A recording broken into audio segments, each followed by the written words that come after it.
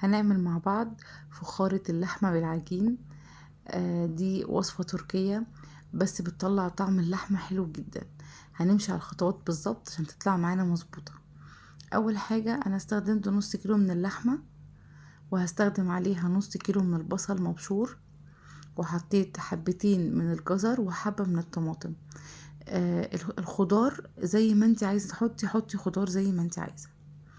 اول حاجة هنزل بمعلقة زبدة كبيرة او سمنة المتوفر عندك. هبتدي ان انا اسيحها خالص، واول ما الحلة احس ان هي سخنت هنزل باللحمة، هديها صدمة من على الجنبين.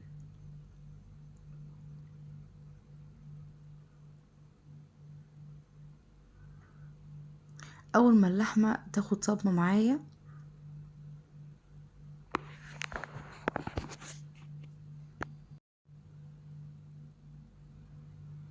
انا هنا مش هحط ملح خالص. الملح هحطه بعد ما انزل البصل، هرش رشة صغيرة جدا، مش الملح اللي هو يعني هناكل بيه، لا. اول حاجة اول ما اللحمة تاخد معاك الصدمة من الجنبين هننزل برشة فلفل اسود.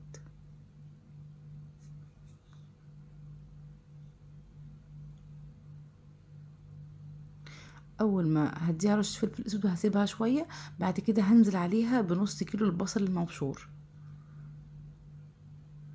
هقلبهم كويس جدا مع بعض، ومش هحط مية خالص. هخلي اللحمة والبصل ينزلوا كل ميته. هبتدي ان انا ارش معلقة ملح صغيرة جدا.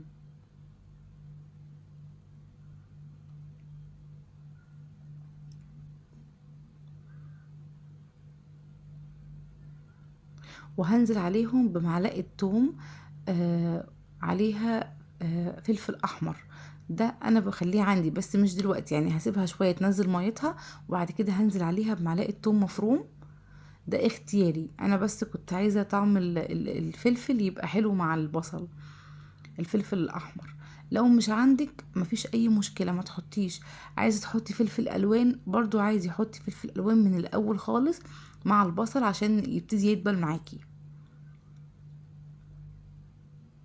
بس انا هنا هسيبهم بقى لحد ما تنزل ميتها كلها، وهبتدي ان انا اعمل العجينة. العجينة هتكون كوباية من الدقيق كبيرة حسب حجم القالب اللي انت هتحطي فيه اللحمة. حاولي تشوفي، يعني لو كوباية قليل زودي. هنحط كوباية ونص، وهحط رشة ملح، وهعجن بمية. هي دي بس العجينة اللي هنعملها. هعجنها كويس جدا، وهسيبها ترتاح شوية لحد يعني لحد ما تستوي اللحمة. على الأقل نص ساعة سيبها ترتاح.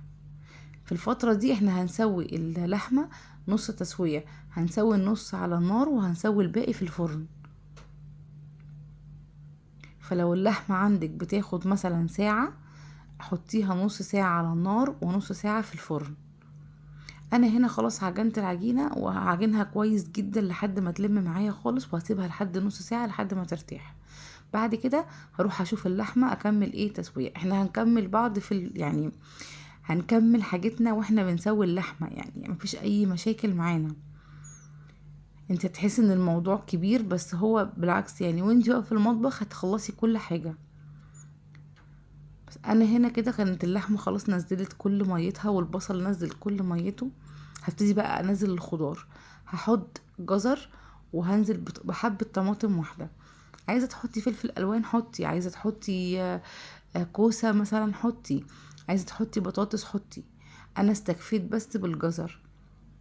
وهتنزليه بعد ما تحسي ان اللحمة دخلت على السوا، وهتنزل كل ميتها عشان ما يتهريش معاكي في الفرن، لان سوا اللحمة غير سوا الخضار. هنا انا خلاص كده هفرد العجينة.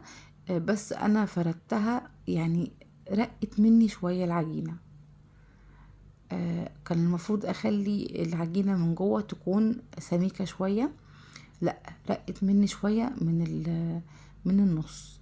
وهوريكي، يعني انا بقولك ليه رقتها، لان العجينة هتنشف مني شوية في الفرن. انا هنا حطيته في قالب بايركس، لو عندك طاجن حطي عادي جدا. وهبتدي ان انا امسح الحواف كويس عشان لما اجي احط العجينة ما تقطعش مني. بعد ما فردنا العجينة هنبتدي ان احنا نغطي الطاجن كويس جدا من جميع الاتجاهات عشان ما يطلعش اي بخار، او يعني عايزينه يبقى العجينة كاتمة خالص الطاجن عشان ما يطلعش اي حاجة. فبتبقى تسوية اللحمة غير، بتحسي ان طعم اللحمة مختلف عن اللحمة اللي انت بتعمليها مثلا في الحلة.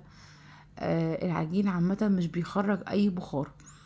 هنا بقى انا كنت مرققة العجينة من فوق ومن الجانب كانت سميكة، عشان كده وانا بعد ما خلصت سوا كانت العجينة نشفت معايا في الفرن، ما كانتش طرية، ودي كانت غلطة مني.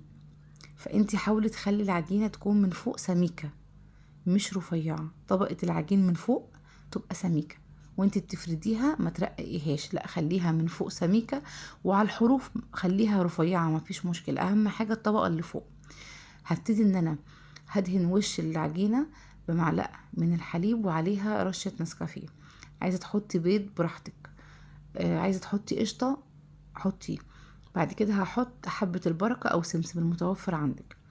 هكون مسخنة الفرن على درجة حرارة 180، وهحط الطاجن او البايركس فيها، هياخد معاكي نص ساعة تاني، على نص ساعة على اول نص ساعة تسوية. طعم اللحمة مختلف تماما عن اي تسوية، كان طعمها حلو. هنا العجينة حتى لما نشفت معايا كان طعمها حلو قوي. بصي بقى العجينة كانت نشفت معايا ازاي، ودي كانت غلطة مني انا عشان رقت العجينة. بس طعم اللحمة كان تحفة جدا. وعلى فكرة العيش كله اتاكل، انا يعني ما رميتش اي حاجة. الولاد كمان كلوم قرمش كان عاجبهم قوي. بصي بقى كمان هنا ان الخضار كان طالع مش مهري، عشان انا ما حطيتش الخضار مع التسوية في الاول. قدمي بقى اللحمة مع الرز. لو حد بيحب ياكلها بعيش ياكلها بعيش، ممكن تعملي الاكلة دي جنب مكرونة برضو، بس انا حبيت ان انا اقدمها مع رز ابيض. اللحمة كانت مستوية كويس جدا، دابت كده في الفرن، كان طعمها مختلف بجد، عجبتنا قوي. جربوها بالطريقة دي وان شاء الله تعجبكم، واشوفكم تاني في فيديو قريب، وباي باي.